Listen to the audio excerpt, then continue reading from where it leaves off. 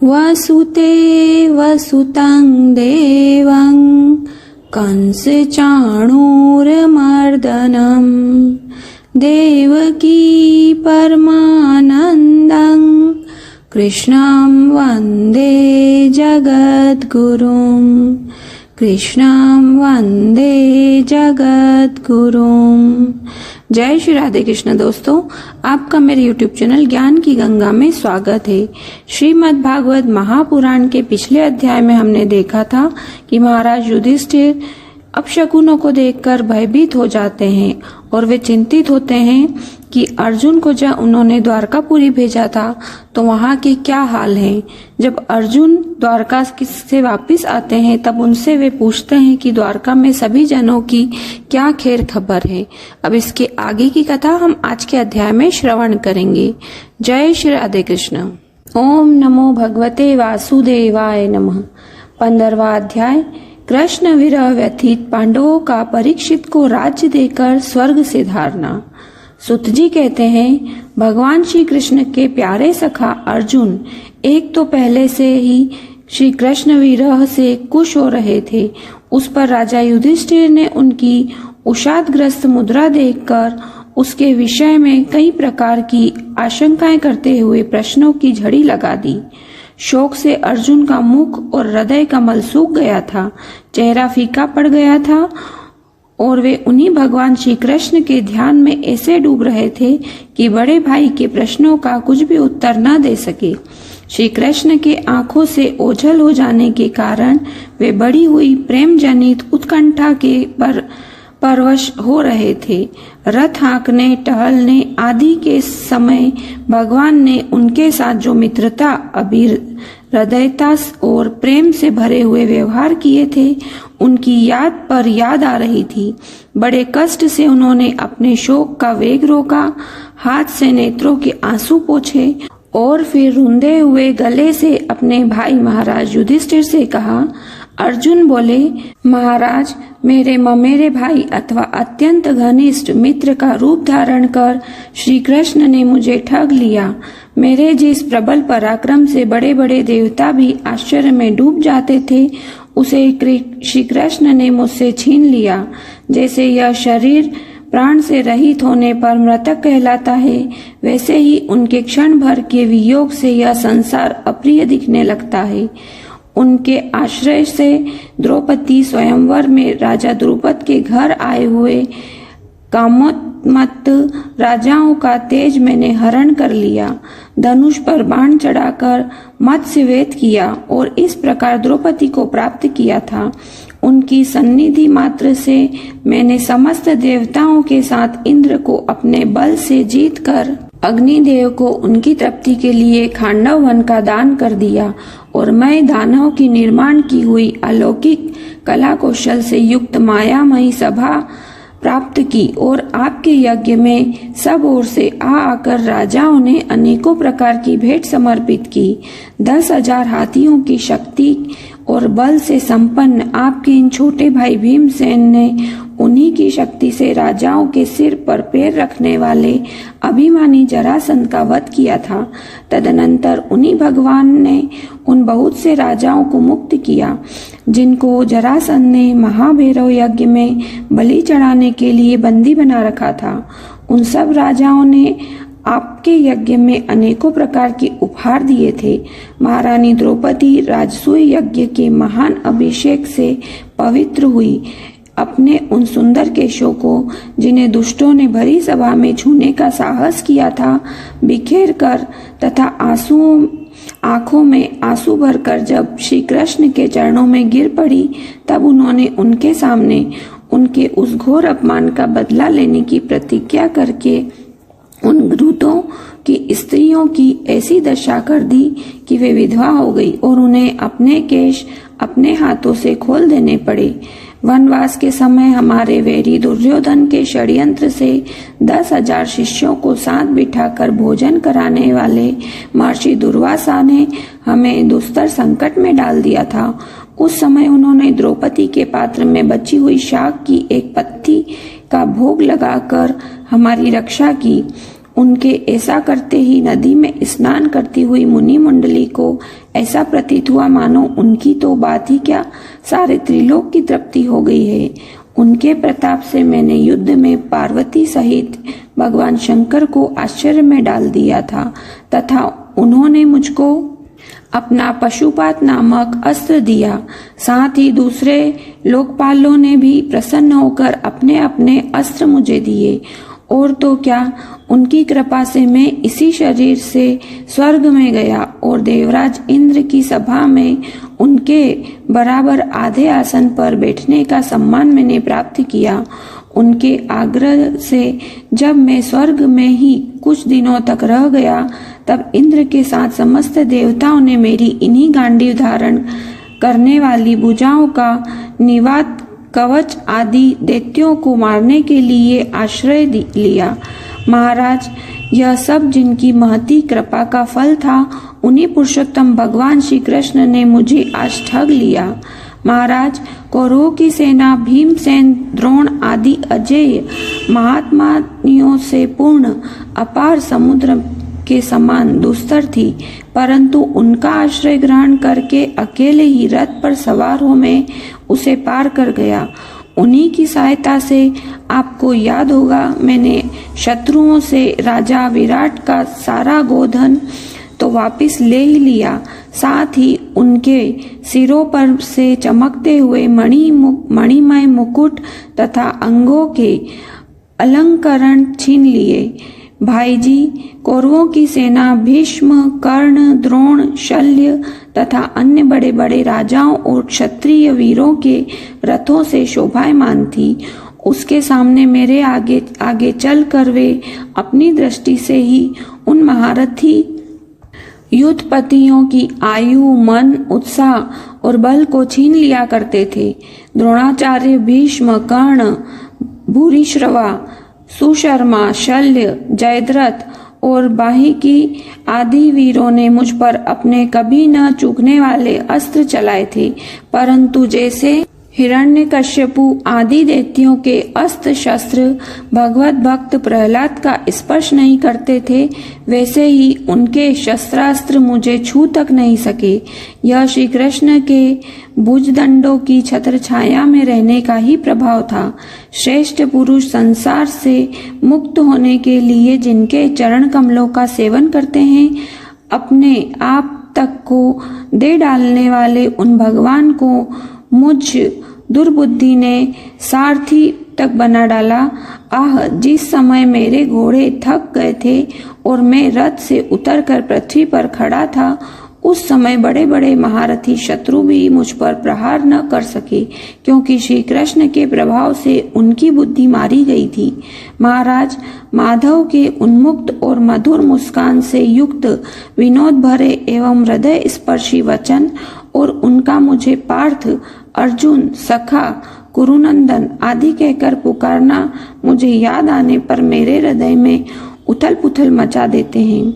सोने, बैठने, टहलने और अपने संबंध में बड़ी बड़ी बातें करने तथा भोजन आदि करने में हम प्राय एक साथ रहा करते थे।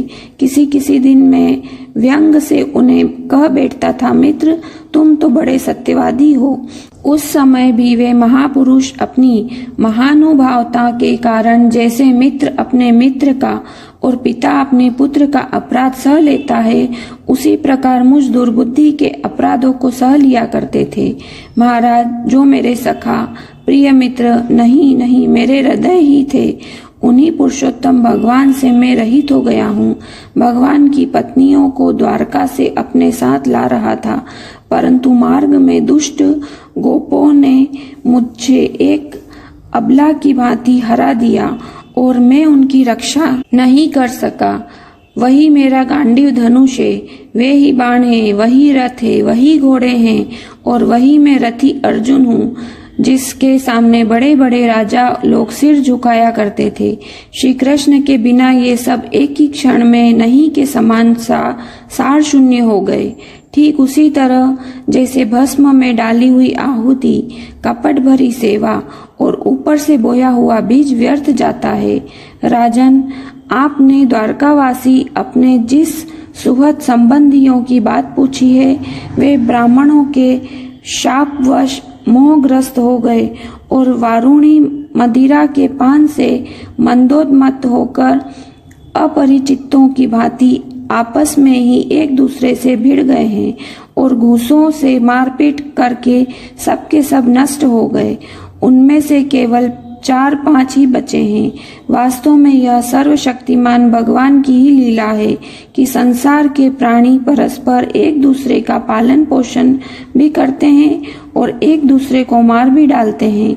राजन, जिस प्रकार जलचरों में बड़े जंतु छोटे को, बलवान दुर्बल को एवं बड़े और बलवान भी परस्पर एक दूसरे को खा जाते हैं, उसी प्रकार अतिशय बली और बड़े यदुवंशियों के द्वारा भगवान ने दूसरे राजाओं का संहार कराया। तत्पश्चात यदुवंशियों के द्वारा ही एक से दूसरे यदुवंशी का नाश करा के पूर्ण रूप से पृथ्वी का भार उतार दिया।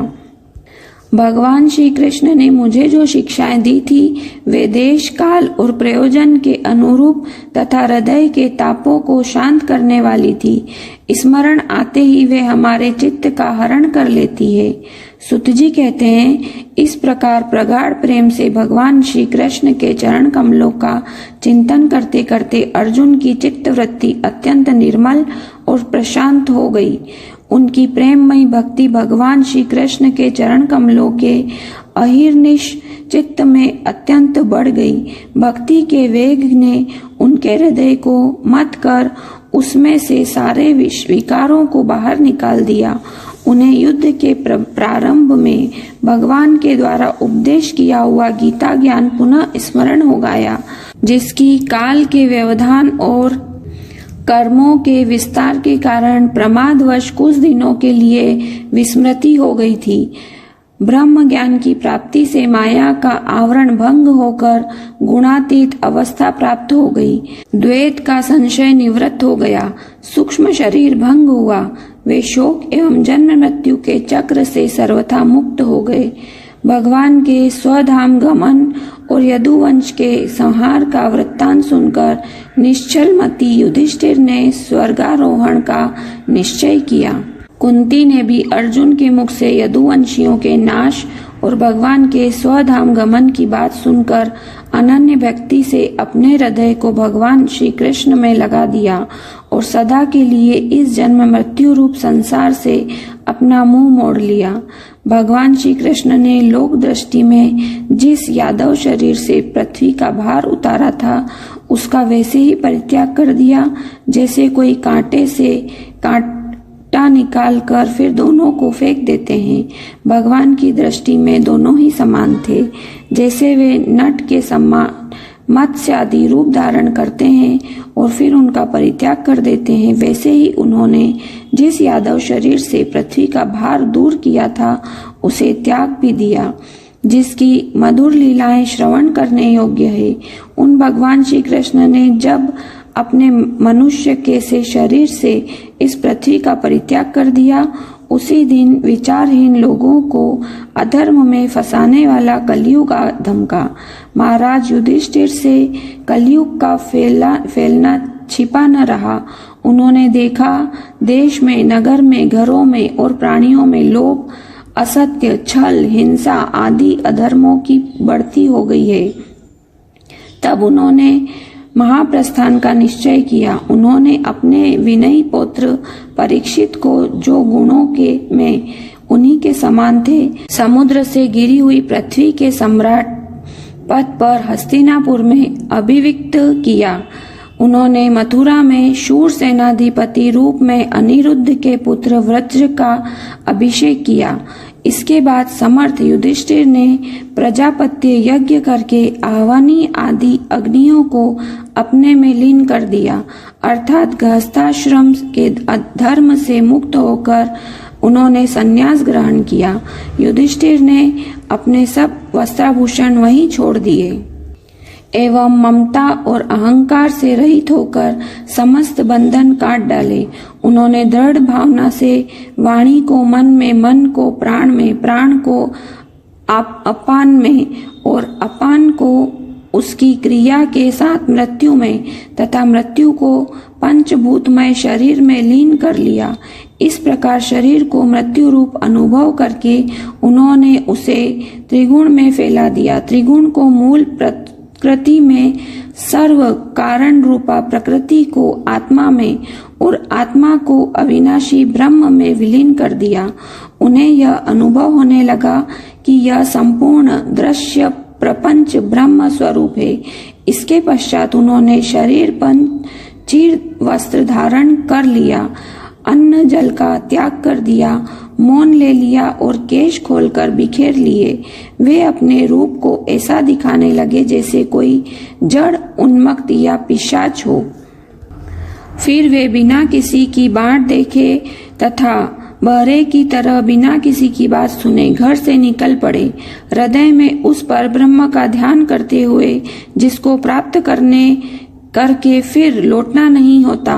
उन्होंने उत्तर दिशा की यात्रा की, जिस ओर पहले बड़े बड़े महात्मा जन जा चुके हैं। भीमसेन, अर्जुन आदि युधिष्ठिर के छोटे भाइयों ने भी देखा कि अब पृथ्वी में सभी लोगों को अधर्म के सहायक कलयुग ने प्रभावित कर डाला है। इसलिए वे भी श्री कृष्ण चरणों की प्राप्ति का दृढ़ निश्चय करके अपने बड़े भाई के पीछे पीछे चल पड़े। उन्होंने जीवन के सभी लाभ भली भांति प्राप्त कर लिए थे, इसलिए यह निश्चय करके कि भगवान श्री कृष्ण के चरण कमल ही हमारे परम पुरुषार्थ हैं, उन्होंने उन्हें हृदय में धारण किया। पांडवों के हृदय में भगवान श्री कृष्ण के चरण कमलों के ध्यान से भक्ति भाव उमड़ आया।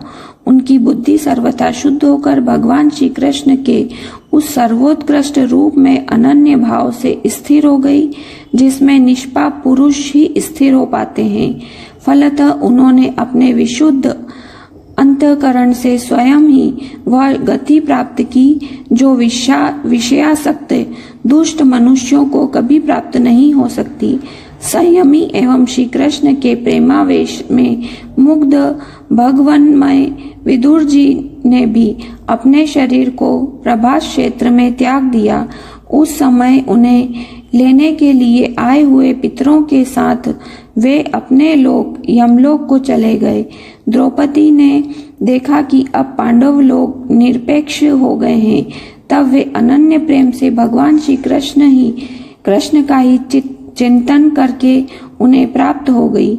भगवान के प्यारे भक्त पांडवों के महाप्रयाण की इस परम पवित्र और मंगलमयी कथा को जो पुरुष श्रद्धा से सुनता है, वह निश्चय ही भगवान की भक्ति और मोक्ष प्राप्त करता है।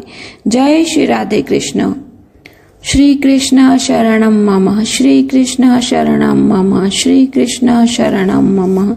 ओम नमो भगवते वासुदेवाय नमः। आज का अध्याय यही समाप्त होता है। इसके आगे की कथा हम कल के अध्याय में श्रवण करेंगे। जय श्री राधे कृष्ण। उम्मीद है दोस्तों आपको मेरी ये वीडियो पसंद आई होगी। अगर आपको मेरी ये वीडियो पसंद आए तो कमेंट बॉक्स में ओम नमो भगवते वासुदेवाय जरूर लिखिए और लाइक कीजिए। और अगर आप इस चैनल पर नए हैं तो चैनल को सब्सक्राइब कर लें और बेल आइकन दबा लें, जिससे आपको आगे आने वाली सभी नोटिफिकेशन मिलती रहेगी। जय श्री राधे।